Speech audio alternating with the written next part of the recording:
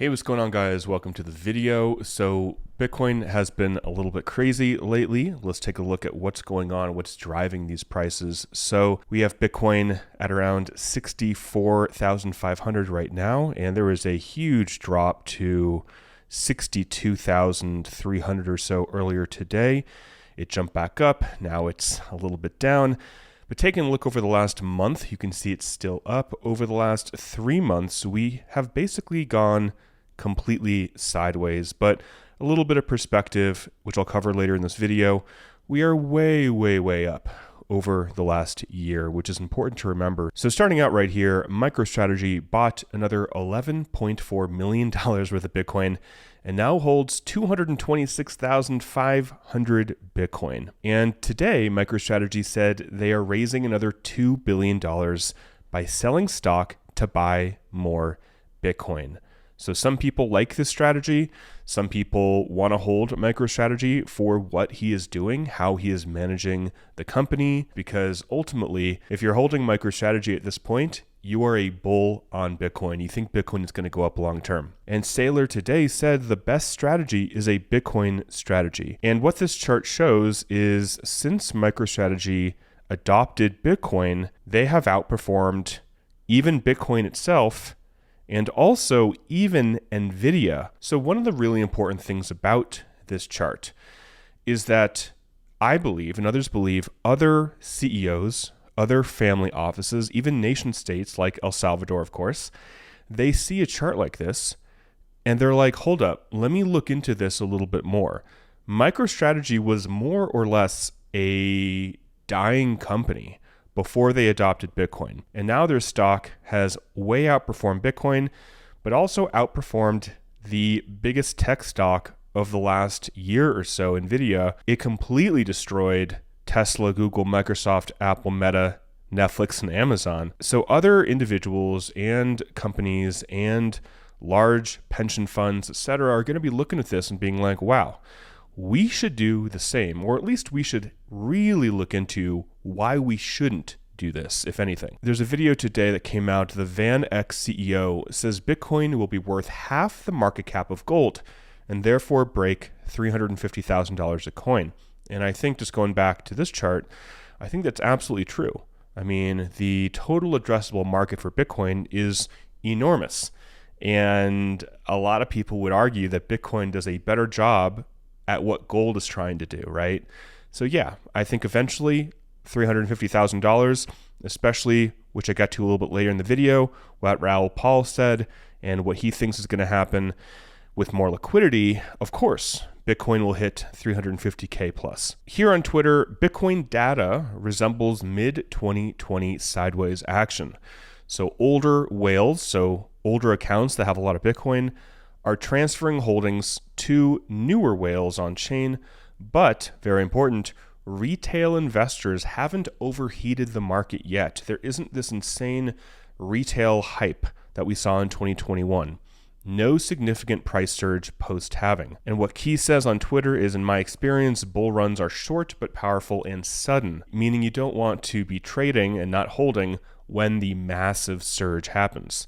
Patience is key. I completely agree. Right here, Into the Cryptoverse, a very interesting chart. So some of the top crypto stations on YouTube, I appreciate them putting me on here, but there are a lot bigger ones as well. All the big ones that you probably follow or have heard about.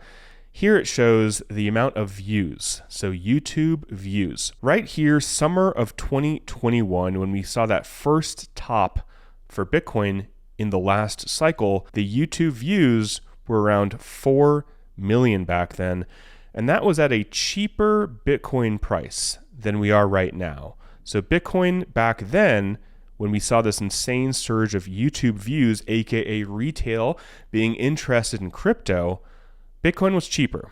Now Bitcoin is more expensive and the views are like 1/4 or so of the views of the previous cycle. So that is what Key on Twitter right here, that's what he's referring to. Basically, retail investors haven't overheated the market yet, and no significant price surge post-halving. Some people think what we're experiencing now is a massive surge in prices, but not really. Let's take a look at year-to-date ROI really quick. This is over at Into the Cryptoverse. Link below if you'd like to pick this up. So let's hide all the years, go to 2020, and then overlay 2024. So Bitcoin year-to-date. So the beginning of 2020 is going to be this little dotted line that did a 4.03x for 2020. And here we are this year. Bitcoin has done a 1.47x or so. So just around where we were in 2020. Another chart, Bitcoin ROI after the halving. Taking a look at, really quick, the halving cycle 2. So this happened back in 2017. Halving cycle 3, which we saw less ROI after the halving, and where we are right now. So really important, guys. This is where we are right now, this little itty bitty green line. The yellow line is what happened back in 2021, where we saw over a 7.8x. And in 2017, 2018, we saw over a 30x. And here we are right here. We are basically right where we were during the last halving cycle. These charts I share all the time, really important just to remember that we are right where we were in previous cycles, and we saw what happened then. And I want to read this from Raoul because he really talks about liquidity here. He says here, the longer the Fed drags things out, the better chance the Treasury has at refinancing debts closer to 2% next year, because we need to refinance debts lower, because literally we cannot service our existing debt and we need to take on more debt or refinance the debt at a lower interest rate, right? He says this is the entire game. Refi the debts below the trend rate of nominal GDP and fund it via liquidity, and that is essentially why asset prices will go up. Bitcoin, crypto, the NASDAQ, tech stocks, etc. And this is what happens every couple years, which happens to correlate to the Bitcoin halving and correlates to the bull market, the crypto bull market. And finally, watch out for liquidations. If you are taking leverage, I don't recommend anybody trades with leverage or takes on leverage, because these markets are very, very, very volatile. We saw more than a $1,000 move in the price of Bitcoin in the course of an hour or two. And there were $155 million in crypto long liquidations. So please don't let that be you. If you do want to play with that, use a very, very small amount of your account. Same with meme coins, same with basically anything, in my opinion, than Bitcoin.